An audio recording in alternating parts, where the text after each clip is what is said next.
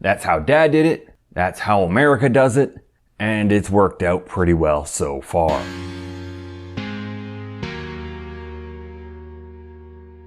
What's up everyone, Eric here and welcome to Hardware for Gamers. For those of you new to the channel, I mostly review and test PC cases, CPU coolers, and PC case fans, but every once in a while I like to test or try out weird and stupid things. So if you end up liking this video, please hit that like button and subscribe to the channel.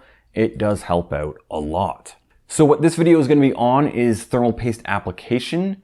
Now I've MacGyvered up this acrylic cold plate thing, or that's what I'm going to be using it as, is kind of a cold plate. And what I'll be doing is pretty simple. I'll be squeezing out some thermal paste onto the CPU's IHS, and then plopping that thing down and then fastening it down with some mounting hardware. And I feel this should simulate a typical CPU cooler pretty well. And by the end of this, I'm hoping we should actually have some methods that do work and don't work, or we'll at least see which methods work better than others. Now, I did put up a poll on YouTube a few days ago to see how the community likes to do it. I listed 5 different methods of applying thermal paste, and I actually got one write-in.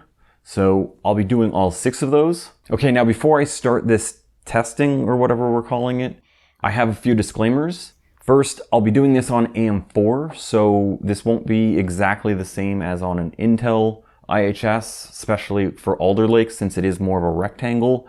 Some of these might not work quite the same as what I'm about to show here. Second, I'm not going to be running the CPU since I'm using this acrylic thing, so the viscosity of the thermal paste will not be changing. It will just be at room temperature, which is why I'll be using a thermal paste with a fairly low viscosity, Arctic MX4. And I think that's really all I have for the disclaimers. So let's start squirting some thermal paste all over the place. Okay.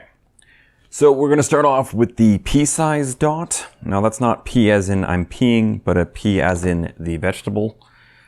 So we're going to do it right into the center. And that's close enough to the size of a pea, I think. Guess it is a little off center, but whatever. Plop that guy down. And then get the hardware going here.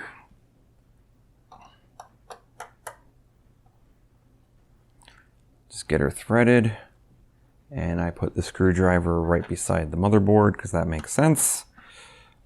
Gonna give that a couple of seconds and let it just finish spreading out. Next up is the vertical line. I'm gonna put it right along the bottom of the Ryzen.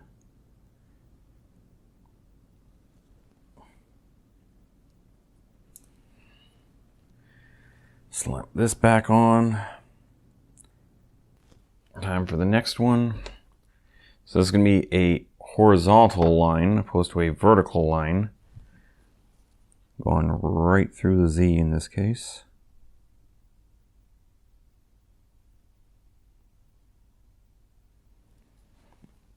Okay, so the next one is an X.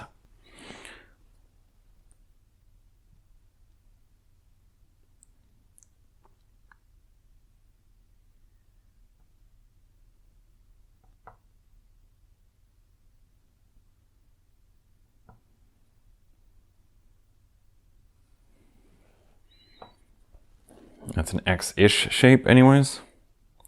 Now for my personal preference, I need to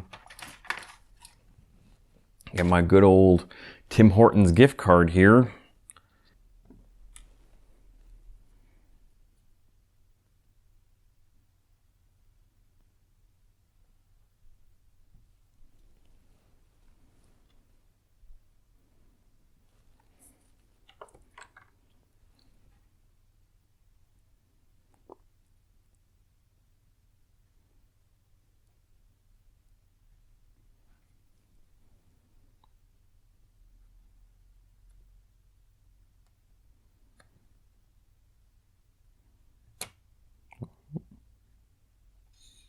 Okay, so for the 6th method, it's the dab method. I Did a 30-second Google search on it. Couldn't really find anything, whatever the dab method is. So I'm going to take what I think the dab method would be.